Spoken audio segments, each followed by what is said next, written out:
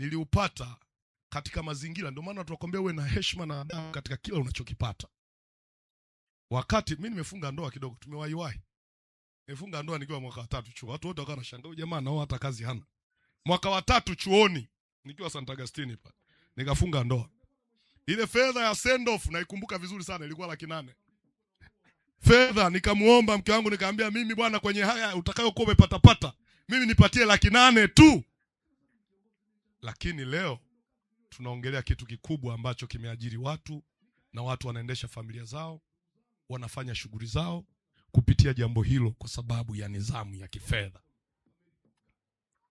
Ni shilingi 800,000, kwani wangapi tumesikia nimeoa kwani wao hawakufanya send off? Si walifanya, si ndio?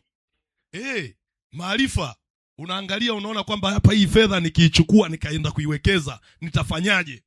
Kwa hiyo ndugu zangu, vijana wenzangu, niwatie moyo sana. Lakini katika hiyo kuna utaratibu wa kuweza kuenenda katika shughuli zako unazozifanya katika maisha ya kila siku.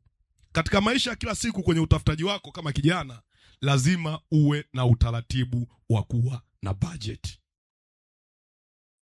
Budget ni nini?